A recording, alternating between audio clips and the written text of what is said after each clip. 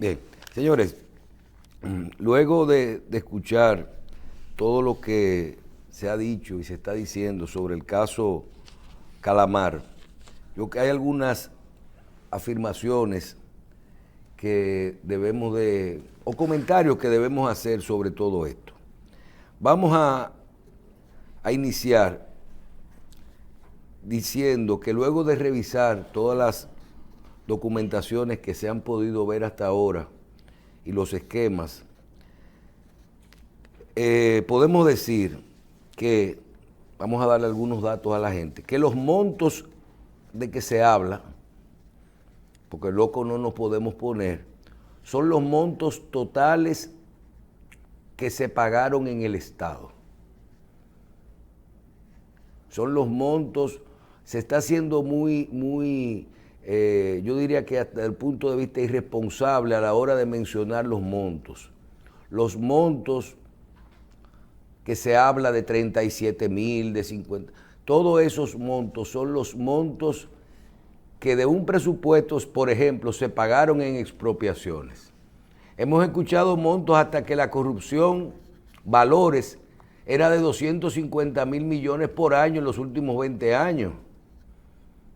Cuando en los últimos 10 el presupuesto completo no alcanzaba los 250,000 millones. Eso hay que estar claro, en la medida que esto ha crecido. Hay otros datos que se hacen afirmaciones durante el expediente y las personas que nos dedicamos a comunicar tenemos que tener cuidado con este tipo de afirmaciones que son: fulano cobraba el dinero de tal cosa. No, dice fulano que fulano era que cobraba el dinero de tal cosa. Asumirse la presunción de inocencia, Claro, ante todo. porque acuérdense que lo que estamos es haciendo una investigación. Hay otros temas que hay que ver, como el tema de la forma de cómo se está manejando este proceso de apresamiento y de medidas. Yo no sé si en el caso, por ejemplo, del ex procurador, porque el ex procurador, el hecho de que alguien haya hecho algo mal no quiere decir que usted lo hace mal. Pero si el ex procurador era que daba la orden de llevar la gente de noche con militares y todo esto, cascos, esposas, fin de semana, a lo mejor el ex procurador se merecía que le hicieran esto desde el punto de vista de ellos. Ahora, ¿por qué no se nos explica qué dice el protocolo de cómo es que se debe de manejar un preso de esta naturaleza? Porque hay muchas definiciones que se hacen desde el fin de semana de que si esta gente, si estaban en audiencia el viernes y de esa audiencia se decidió los apresamientos, no, porque un movimiento de ese tamaño no se coordina en ese tiempo. Tampoco es que nosotros estamos. Entonces, ¿por qué no se quedaron ahí mismo? ¿Por qué no se quedaron ahí mismo? Mire, quédese aquí mismo. Lo mismo lo vimos ayer cuando llevaban los presos de la cárcel del Palacio de Justicia a la audiencia. Señores, miren ese video que está ahí en pantalla. Señores, chalecos, cascos, mascarilla. Gonzalo Castillo es el único que no se puso la mascarilla. Muchos se tapan la cara cuando no le ponen la mascarilla. Ahora, señores, esa gente están esposados uno de otro, con esposas. Y vuélveme a poner el video. Ahí hay más de 2 docenas de militares bien armados, bien armados. ¿Estamos hablando de capos o estamos hablando de delitos financieros? Pero no es eso, estamos hablando de medidas de prisión preventiva. Tú dices, Michelle, ¿por qué tú hablas de eso? Y yo te digo a ti, pero no se supone que esa gente no han sido juzgadas. No se supone que lo que se está conociendo es las medidas de coerción. A veces esa gente la van a mandar para su casa con un grillete o con impedimento de salida o lo van a dejar preso 12 o 18 meses. Porque puedan o irse del país o entorpecer la investigación. Son las dos razones por las que se mantiene una persona en custodia. O porque se pueda ir del país o porque puedan entorpecer la investigación. Una investigación que tiene 3 años y hay muchos de esos casos que tienen 4 y 5 y 6. ¿Qué ocurrieron? Ellos mismos están diciendo en los documentos que pude leer que en la casa de algunos de los que allanaron encontraron documentos de la investigación. O sea, ellos estaban esperando con toda la documentación en su casa. Si esa gente iban a distraer papeles, ya lo distrajeron hace tiempo. Entonces, ¿de qué se está cuestionando? Se está cuestionando que se puedan escapar o que a ellos le puedan hacer daño. Bien, por último, porque creo que ya hay muy pocas cosas que se pueden decir de esto, es en cuanto a lo que es el manejo de la función pública en actividades propias y legales de una posición. Yo me pongo a ver este cronograma. Ellos le llaman el complejo del esquema de la Operación Calamar. Miren bien, un cuadro que es una estructura de cómo esto se manejaba. Esto lo hace la Procuraduría, el Ministerio Público. Y ustedes se ponen a ver y dicen, una expropiación, ¿qué es?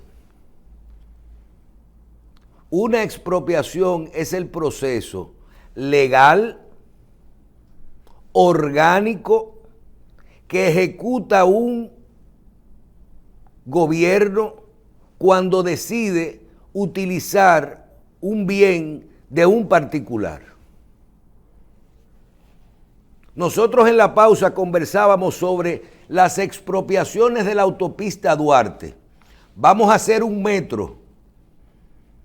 Todo el que está en esa autopista Duarte, que el metro le va a pasar por su propiedad, el Estado Dominicano se expropia esa propiedad. Y por ese concepto tiene que pagarle.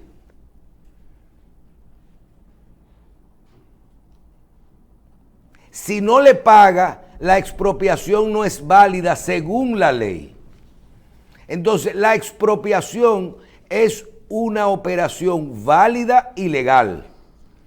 Y como es una operación válida y legal, y estoy poniendo solo el ejemplo de las expropiaciones, tiene un proceso en el cual debe de llevarse a cabo lo que se llama un protocolo. El gobierno va a hacer un metro, se declara de utilidad pública los terrenos por donde pasará el metro. Esos terrenos pasan a bienes nacionales. Esos terrenos se tasan, se le pone un precio, se les paga, eso va a bienes nacionales, bienes nacionales manda una certificación. El Departamento de Deuda Pública lo certifica que esa propiedad que le están pagando a esa persona es producto de esa declaración de utilidad pública para hacer ese metro. Hay otro departamento que es el de catastro que marca y bienes nacionales que marcan la cantidad de terreno y que asumen el control de terreno como un bien del Estado que lo está pagando. Y todos los departamentos que eso va donde un contralor. Eso se saca de un presupuesto. Y ese proceso legal y orgánico debe de pasar, por todos los departamentos propios para poder pagar con éxito una expropiación de un terreno hasta que la deuda se convierte en deuda pública y entonces se paga. ¿Por qué hago el comentario? Porque yo creo que la justicia dominicana, el Ministerio Público, con este caso, así como nosotros dijimos que en el caso de Odebrecht había un antes y un después de Odebrecht, se tiene que poner y tiene que fijar un precedente con cómo maneje este caso. Tiene que fijar un precedente de cómo maneje este caso. Porque oigan bien, si uno de los departamentos por donde pasó eso aprobó algo de forma orgánica,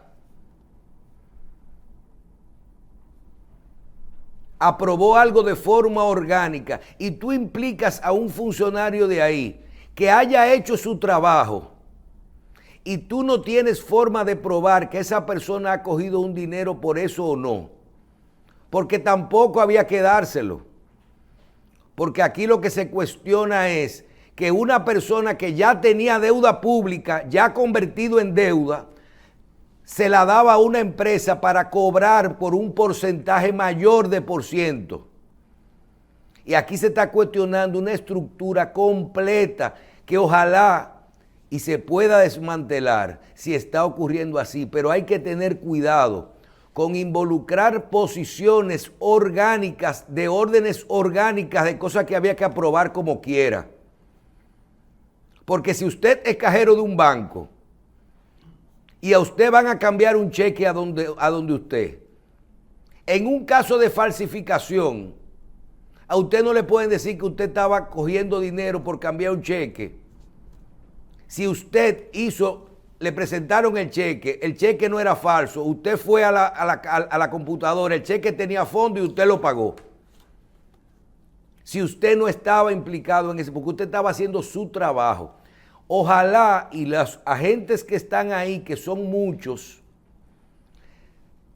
tengan las pruebas adicionales a la recepción de valores, productos de soborno, para ejecutar un trabajo que de hecho es orgánico. Lo mismo va a suceder. Me da mucha risa cuando veo el cuadrito, pómelo ahora sí, pómelo, donde está Gonzalo Castillo. Ustedes ven que dice arriba PLD. Luego está Gonzalo Castillo, candidato presidencial de lo que hay. Y se menciona en una de las rayitas efectivo. Vuelvo para atrás. ¿Por qué salió del caso Odebrecht el señor Temístocles Montaz, si fue el que recibió con cheque las donaciones de partido? Entonces, digamos, se va a poder probar que Gonzalo Castillo recibió recursos en efectivo, en bultos y fundas para una campaña electoral. Y si los recibió, habrá documentos sobre esto, fotos, videos, que no sean un testimonio, porque yo para salvarme yo puedo decir cualquier cosa. Miren dónde está el juez Moro en Brasil. ¿Y dónde está Lula da Silva?